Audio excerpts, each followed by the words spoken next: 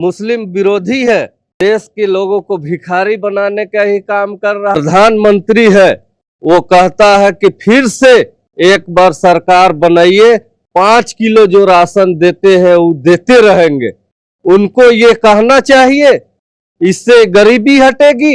ये मतलब आप गरीब ही रहिए। किसान लोन ले रहा है तो किसान का घर में पुलिस पहुंच जा रहा कि लोन चुकाइए अन्यथा जेल भेज देंगे। झारखंड की सबसे बड़ी पार्टी झारखंड मुक्ति मोर्चा, जिसकी पहचान यह है कि झारखंड मुक्ति मोर्चा जो है वह आंदोलन की कोख से उपजी हुई पार्टी है और यह पार्टी जो है हमेशा आंदोलन करने के लिए झारखंड प्रदेश ही नहीं पूरे देश में जानी जाती है।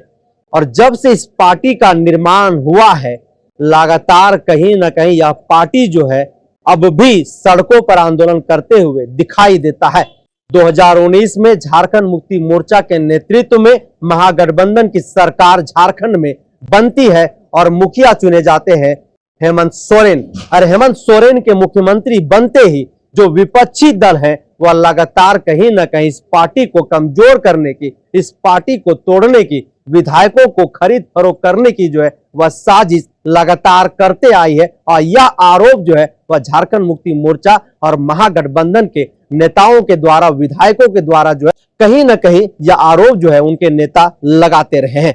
लेकिन 4 साल का कार्यकाल कुछ इस तरीके का हेमंत सोरेन का रहा है, जो कार्यकाल जो है इस 24 वर्ष के झारखंड में शायद लोगों ने नहीं देखा था। उन्होंने कई ऐसे कार्य किया है जिस कार्य की पटकथा और इतिहास जो है वह स्वर्णिम अक्षरों में लिखा गया है।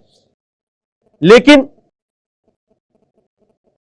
कथित तौर पर एक जमीन घोटाले के मामले में जिस जमीन का ना तो ट्रांसफर हो सकता है न ही वह जमीन मोटेशन हो सकता है, वैसे जमीन के मामले में हेमंत सोरेन को ईडी के द्वारा जो है बिना आरोप सिद्ध किए हुए गिरफ्तार कर लिया गया है। हेमंत सोरेन के गिरफ्तारी के बाद जो है झारखंड में भूचाल आ गया। झारखंड मुक्ति मोर्चा के कार्यकर्ता और तमाम आदिवासी संगठन सड़क पर आ गए हेमंत सोरेन के समर्थन में।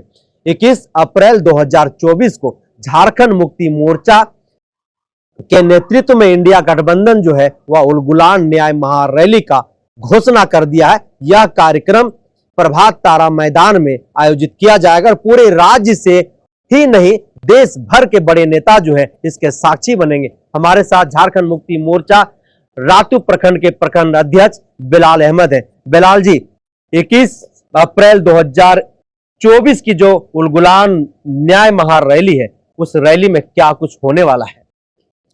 सबसे पहला बात है कि इस रमजानुल मुबारक का महीना है और परसों ईद भी होने वाली है और उसी दिन सरहुल पूजा है। इसका मैं इस देशवासियों को और झारखंड वासियों को पहले बधाई देता हूं और शुभकामनाएं देता हूं कि सबका त्यौहार अच्छा से बीते। और जो सवाल आपने किए कि उस दिन प्रभात तारा मैदान में जो प्रोग्राम रखा गया है उस उलगुलान के लिए आप लोग क्या कर रहे हैं, तो ये इस देश को हम लोग उस उलगुलान से ये बताना चाहते हैं कि जिस तरह से हेमंत सोरेन को जिस जमीन के मामले में जेल भेज दिया गया है बिना सबूत का, उसी के विरोध में कि इस तरह का जो लोकतंत्र को खत्म करने के लिए एक राज्य के मुख्यमंत्री को इस तरह का जेल भेजा गया है। इसलिए इस झारखंड के जितने भी इलाके हैं वहां से सब जगह से कहीं से 5,000 कहीं से 10,000 लोग हम लोग इकट्ठा हो रहे हैं और ये मैसेज देना चाहते हैं केंद्र सरकार को, जो ईडी के माध्यम से गलत तरीके से जांच एजेंसी का दुरुपयोग कर रहे हैं और जिस राज्य में बीजेपी सरकार नहीं है उस राज्य में ईडी के माध्यम से जितने भी अच्छे नेता हैं उसको परेशान करने का काम किया जा रहा। इसलिए ये उलगुलान एक ऐसा उलगुलान होगा कि केंद्र सरकार को भी पता चल जाएगी कि वो जो गलत नीति अपनाकर और परेशान करने के लिए इस तरह का हथकंडा अपना रहा है, उसको हम लोग अपना जोर दिखा रहे हैं। और रातू प्रखंड से हम लोग खास करके 10,000 का भीड़ लेके आएंगे। 10,000 का भीड़ लेकर के आइएगा। 24 की लोकसभा का जो चुनाव है, 24 का जो लोकसभा का चुनाव है, उस लोकसभा के चुनाव को लेकर के झारखंड की जो मतदाता है वह उन षड्यंत्रकारियों को जवाब देने के लिए कितना तैयार है? देखिए, जिस तरह से केंद्र सरकार लोकतंत्र को खत्म करने के लिए प्रयास कर रहा है, देख रहे हैं कि रेलवे स्टेशन, हवाई अड्डा, आप देखिए पुलवामा हमला का अभी तक जो आरोपी है वो नहीं पकड़ाया है। जो 15 लाख खाता में डालने का बात था वो 15 लाख नहीं कोई आम जनता को मिला है। और ऊपर से जो प्रधानमंत्री है वो कहता है कि फिर से एक बार सरकार बनाइए, 5 किलो जो राशन देते हैं वो देते रहेंगे। उनको ये कहना चाहिए, इससे गरीबी हटेगी, ये मतलब आप गरीब ही रहिए, ऐसा उनको कहना चाहिए। देश का प्रधानमंत्री है कि जो आज 5 किलो राशन दे रहे हैं, कुछ ऐसा परिस्थिति हम लाएंगे, कुछ ऐसा काम करेंगे कि 5 किलो राशन नहीं लेना पड़ेगा, सबको रोजगार से हम जोड़ देंगे और वो देने वाला होगा, लेने वाला नहीं होगा। तो प्रधानमंत्री हमें हाथ फैलाने वाला बनाना चाह रहा है। तो देश का जनता जान रही है कि इस बार वोट के माध्यम से बीजेपी सरकार को उखाड़ के फेंक देना है। आज देखिए आप, जो मोदी सरकार देश का गद्दी में बैठे हुए हैं, वो आरएसएस का जो मोहन भागवत है उनके इशारे से देश को चला रहा। कोई किसान लोन ले रहा है तो किसान का घर में पुलिस पहुंच जा रहा कि लोन चुकाइए अन्यथा जेल भेज देंगे, और किसी का हजारों लाखों करोड़ों लोन माफ करने का काम किया जा रहा। अब जैसे कि देखिए अंडानी अंबानी का लोन को कैसे माफ कर रहे हैं। मोदी जी देश के लोगों को जो है वो भिखारी बना रहे हैं। एकदम सही बात है, वो देश के लोगों को भिखारी बनाने का ही काम कर रहा है। नहीं तो ये बात को बोलता नहीं कि 5 किलो हमको फिर से एक बार सत्ता में लाइए, जो 5 किलो चावल दे रहे हैं वो देते रहेंगे। मोदी जी तो कहते हैं सबका साथ, सबका विकास, सबका प्रयास, लेकिन झारखंड में जिन 13 लोकसभा सीटों पर उन्होंने प्रत्याशी दिया है, उन 13 लोकसभा सीटों पर एक भी मुस्लिम कम्युनिटी से मुस्लिम प्रत्याशी नहीं है। आप मुस्लिम समुदाय से आते हैं, किस तरीके से इसको देख रहे हैं? देखिए, मोदी जी का सबका साथ सबका विकास जो कहता है वो जुमला है, और ये सब जान गई। अगर सबका साथ सबका विकास वो कहते हैं तो कहीं भी आप देख लीजिए, अल्पसंख्यक मोर्चा का जिला कमेटी का पदाधिकारी बना हुआ है, बीजेपी का केंद्रीय कमेटी का बना हुआ है, लेकिन सिर्फ ये दिखाने के लिए वो कमेटी बना हुआ है।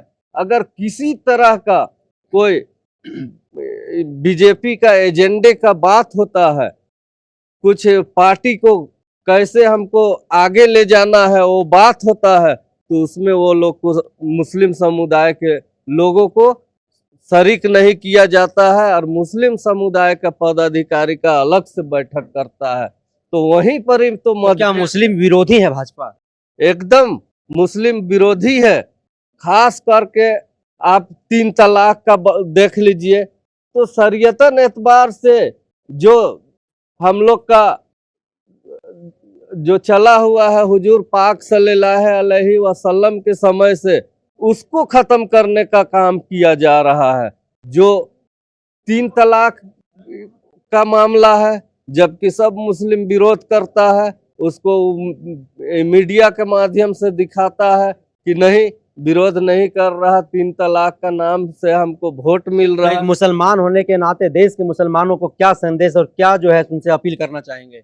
मैं इस देश का मुसलमानों को यही अपील करना चाहता हूं, और खास करके जो बीजेपी पार्टी के पदाधिकारी बन के है, मैं उनको ये कहना चाहता हूँ, आपका जो सांसद है, विधायक है, उससे पूछिए कि अभी तक यानी क्या यानी कि मुसलमानों के लिए किया है।